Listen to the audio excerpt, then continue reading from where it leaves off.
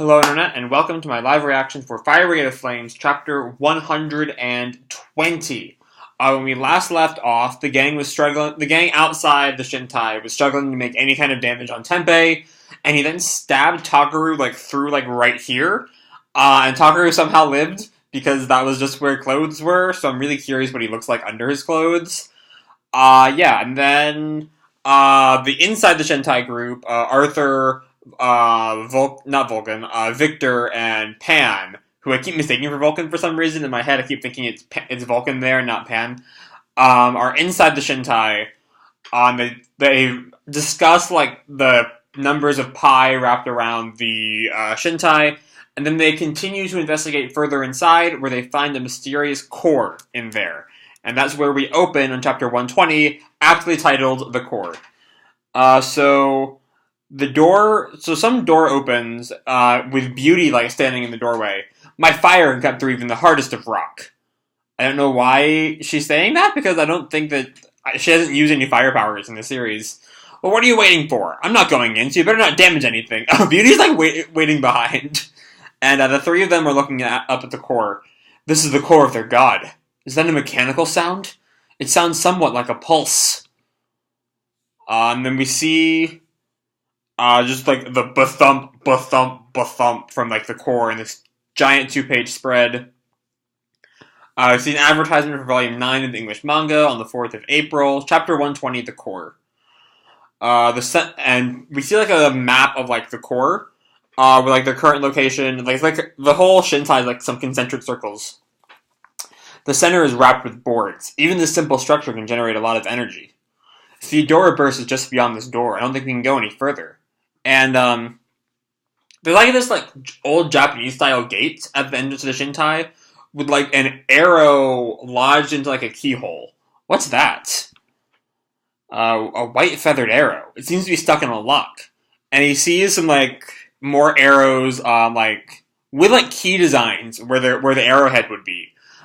All, standing in, a holder kind of place. 1, 2, 3. There are 7. The tip seems to be a key.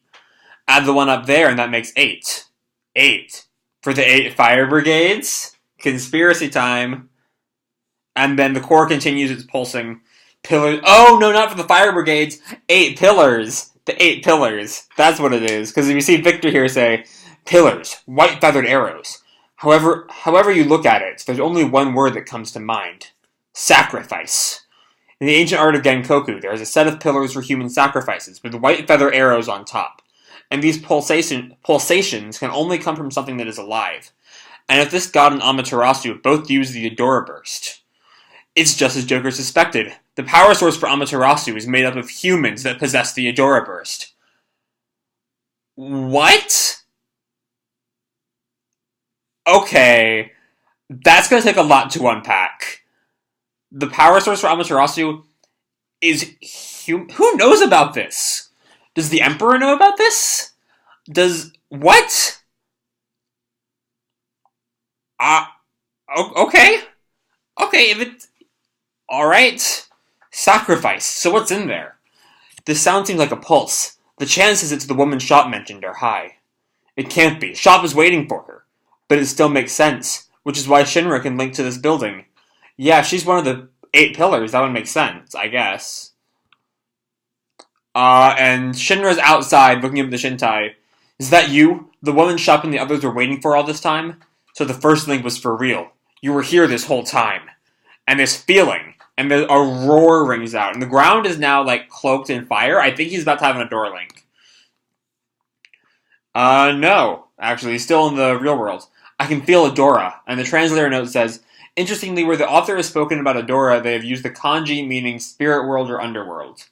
Just like how I felt with the preacher. But I also feel an immense tranquility. Who are you? And right then, Tempeh, slashes out at him, and he goes flying. Hey, Shinra! And, Ogun calls out to him, and Tempeh gets, a fire spear and, slashes at Ogun. Damn, that tickled. Hey, help me out here. I'm not going to die like this. Forgive me, Ogun, but I need you to buy some time. If it works, maybe we can put this demon's soul to rest. And Ogun's like, what? You're the woman Shop talks about, right? Oh, now Shinra's just, yelling out into the void. You're the woman Shop talks about, right? Then give me your divine protection, just like the preacher gave to me. You can help, can't you? I don't understand any of this, so I just need to buy you some time, right? And Tamaki calls out, I'll help too, Ogun. No, I can do this alone. I don't know what that's about. Now we're back inside with Pan, Victor, and Arthur, and Pan kind of like looks outside. We've been inside a long time. The others must be worried. Captain, don't worry. Shinra might be useless, but Ogun's out there. as our former instructor, you should know better. And Ogun like takes off his top, his like coat and his shirt, and he like snaps. He like snaps, and all these like flames come up behind him. Let's get fired up. And like the flames all start wrapping around him. Like they're like tattoos. Flamey ink is what the power is called. And Tempeh kind of like looks at him, and Ogun like grabs Tempeh by the head and just tosses him, and jumps out at him and just slams down into his chest. Holy fuck! Even if I can't win, I will buy us some time. Take this! And he just punches Tempeh, slam dunk burial, and slams him into the ground. And Tempeh like bounces off the ground and goes flying. Ogun's line is like it's a basketball burial. Slam dunk burial isn't necessarily the name of the technique. Alright. I think slam dunk burial just sounds better than like it's a basketball burial. And everyone like stares out in shock. Whoa, amazing. Now I understand. All those rumors. The fourth is rumored to have someone who could temporarily release a power equivalent to that of Captain Burns. That person is Ogun. It would have been nice if we had heard of those rumors before this. Ogun just like releases this flurry of punches. All slamming into Tempeh. But I can't last long. My body's burning up all over. Do something soon before I end up overheating. And like, Shinra is still trying to get the woman's attention. Shop and the rest of the animals are waiting for you. Are you there? Answer me! And Shop finally notices what's going on. What do you mean, Shinra? Is she here now? Is she here? How? The person you've been waiting for is inside that god. What? Is that why this person was burning through this forest? Call out to her too. If I can borrow her power, I can put this demon to rest. You created a miracle in these ruined lands. I want to protect this forest's animals, just like you did before. And there's a fly, I think, buzzing around my computer. It's kind of distracting. Not just get it, but yeah. Anyway, I want to protect this forest's animals just like you did before. Shinra, please, sister, I'm begging you. I'm grateful that you saved so many of us, but please save us one more time. And we see like a fire on the ground crackle some more. And she like appears in like just a like crackle of like energy behind Shinra. I have heard your request, but I have no power to lend. I only have enough power to preserve this forest. I cannot summon enough power to give you the divine protection of Adora. Enough! It doesn't have to be much. Just something. If I give you protection, it will only last 1 second. What can you do with that? Such a minimum amount of protection is insignificant. Just 1 second? I'm sorry I can't help you. And then she fades away. A second is all I'll need. Grab the victory in no time. Do this to protect the innocent, hero. Show your fighting spirit. To be continued in chapter 121, 1 second, 250 years.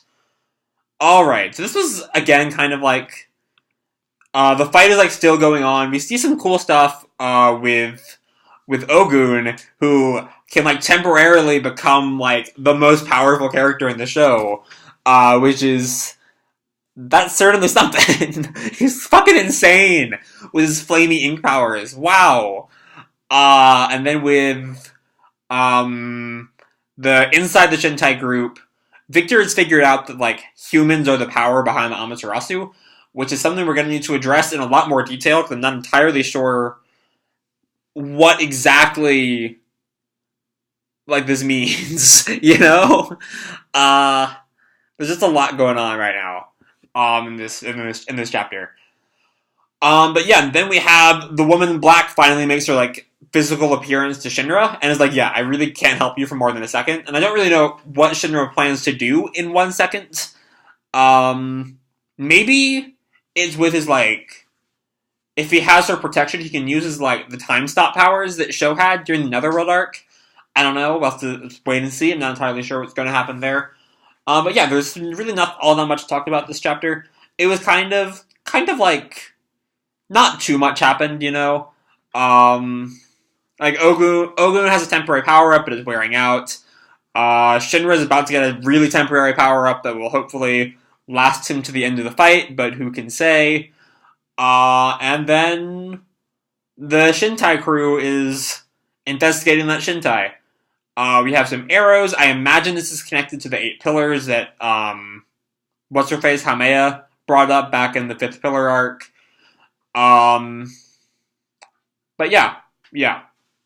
I imagine the black cloaked woman is one of the 8 pillars, along with the 4 we know, and I'm pretty sure Hito Hashirame is the first. So I imagine like that's 6 of the 8 pillars right there. But yeah, that's kind of it for this week's chapter.